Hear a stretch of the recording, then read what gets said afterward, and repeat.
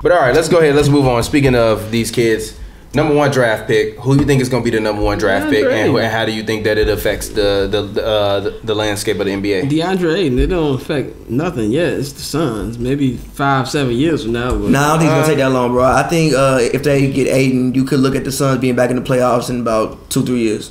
I think next year. Next year is a little bit too early. I don't say next year because I think Devin Booker is sick of all of the talk around it. No, but it's not even that. It's not even that. Devin Booker's sick of the talk. He was hurt last year. He was giving you 20, almost 25 a game. Yeah. TJ Warren was giving you 19 a game. Ayton gonna come in and immediately to me give you like 15 and 8 a game. Josh Jackson gonna be decent as hell. You got Elfrid Payton who got something to prove in the contract. You got Bender still. You got Chris still. You got a lot of young guys. You got Cat Room. You got a lot of young guys. All they gotta do is put it together. So it doesn't affect nothing in the immediate future. All they gotta do is put together one. All they gotta do is put together one solid season. I mean, I said. Look at Denver. Denver been on the cusp for the past couple years. I said 2 years. So I think that this year you could very well see them. I think they could finish above 500 next year if they bring in DeAndre Ayton. Like that's also why this draft is so exciting. And they still have cap room. Yeah, that's also why this draft is so exciting to me because I don't think any team you see in like the lottery or top 10 is that far away from the playoffs next year. Any team besides the Hawks. The Hawks the only team that you look at like, all right, y'all got the Hawks and maybe the Mavericks. The Hawks got a 5-year rebuild. Yeah, the Hawks and maybe the Mavericks. I don't even think maybe the Mavericks because what if Dennis Smith Jr. Mess around and has a Donovan Mitchell type of year next year? It's a big league. That team. I mean, he can't score like Donovan Mitchell. It doesn't matter, but look at who they might get in those picks. You still might have a guy that you can insert into that can bring you that. It's also still Dallas. Dallas still has a ton of cap room. Dallas, I think if DJ can't get to the Rockets, DJ, we're gonna give you a max. Come to the Mavs. All is forgiven. Dallas, I think even the Kings a year or two away. Obviously Phoenix year or two away. The Bulls year or two away.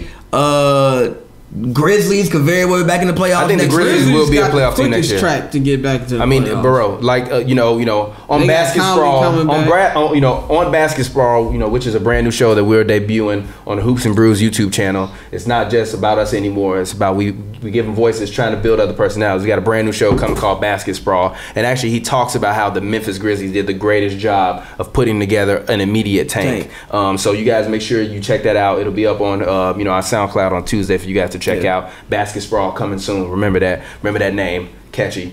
But the Grizzlies, they did a great job tanking. But I still feel like the Suns team next year.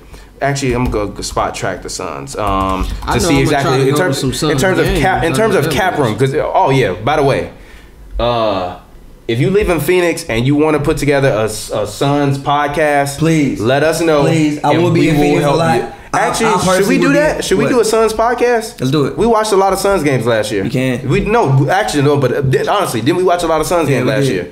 Let's do it. Right. I'm serious. I told you, my cousin. Yeah. We'll call it the heat. Yeah, exactly. We'll call it the heat of the sun. The heat of the sun with Pavy and the heat of the sun with Pavy and TPJ. We're gonna start a Suns podcast. I want to start a couple. Number one, I want to start another Lakers podcast, which is me and you, where we just literally we call LeBron watch something, where literally we just watch LeBron and we talk about LeBron on the Lakers only. Like Daniel got Zoe time. We only talk about LeBron. The whole podcast, like 30 minutes, and it's about what LeBron did this week. What LeBron did this week as a Laker. But in terms of looking at the Suns next year, on their roster, they still have Brandon Knight, $14 million in terms of cap. Tyson Chandler, $13 million of cap. I'm not mad at that though. TJ Warren, 11.7. Jared Dudley, 9.5. Josh Jackson, $6 million. Dragan Bender, 4. Devin Booker only counts $3.3 million against the cap next year, right? So, and then you also got Marquise Chris on $3.3 million. They have a lot of cap, and then they got a 9.9 hold for Elfrid Payton.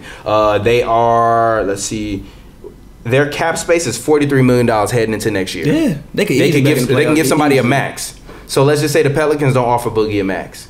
But if you draft Ayton, you wouldn't. Yeah, you're not gonna need Boogie if you draft. Put Boogie at power forward. But also that's why make Boogie in the Z. But also that's why you could draft Donix. You draft Donix number one, then you could go get Boogie. And Phoenix has a great over 8. I kind of would though. This is a different era. In this era, Donich has the biggest bust potential. I disagree with that. European. How many EuroLeague star players do you see be actual busts? None of them. None of them. He's not gonna be a star. Even Darko. Darko won the European League star. Darko yes, he was. He wasn't really a star. He had a ton of potential. Everybody. And what but what everybody say about him? The next Dirt. Ain't nobody looking at Donis being like he the next Dirt. People saying he the next Harden. Yeah. The next Harden, bro. They saying he the next Harden, bro. Could be the next Harden. Shooting 31% three. Even if he Manu light, it don't matter. I just said I'm gonna take Manu in the game for my life. To me, if there's anybody's gonna be a bust in this draft, it's Luka Doncic. I'm not on this train. I think Mo Bamba, even though I think Trae Young has no bust potential. I don't think nobody. Trae Young is gonna be like a 7 pick. Yeah, that's not nobody a bust. expects. I think Mo Bamba, who has also to me the highest ceiling, but also has the highest bust potential as well. Luka Doncic has the and Porter obviously because of his health. Like you could draft him, he could just very well not be healthy. I just don't. Has nothing to do with his talent. Okay, fine. Even this. Let's just say, for example, what if you draft Aiden, and you got T.J. Warren and you got Josh Jackson. I'm pretty sure Phoenix has already told Aiden they drafted him. Yeah, exactly. Yeah, from the way he's been acting, of course. But still, next year they still got enough room for a max salary, right? In terms of unrestricted free agents, adding to this team to potentially build a an actual roster that can get you to the playoffs. What do you think the Suns need after they draft Aiden and get them to the playoffs? That's the biggest question, because if you're looking at unrestricted free agents, you got IT out there, you got Tyreek Evans out there, you got Derek Favors out there, you got Ariz out there. Cantor has a player option, but he's going to opt back in. Will Barton is still out there. Avery Bradley's out there. JJ Redick's out there. You got to re-sign Elfrid Payton, but he's restricted. So if you don't want to pay him, you can go and sign somebody else. Marcus Smart is restricted, but I don't think he's going to go back there. So you also got guys. So I mean, and KCP. I think you just need to fill out the bench. The position I would look at is like another 2. I think it would be dope if you had like another scorer. So what if you went out and got Will Barton? Yeah, I was thinking like Will Barton would be a dope acquisition. You said somebody else as well.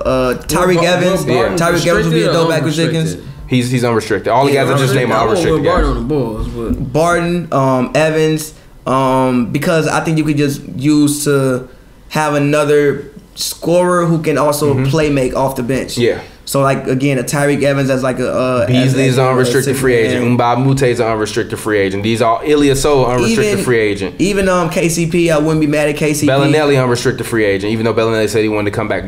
Tony Parker said he's not open to. I mean, he's open to playing for something else. What if he want to come and just like be your backup bench guy off the bench and ride it out? I don't think Tony Parker's the type that's gonna go. He's gonna be ring surfing.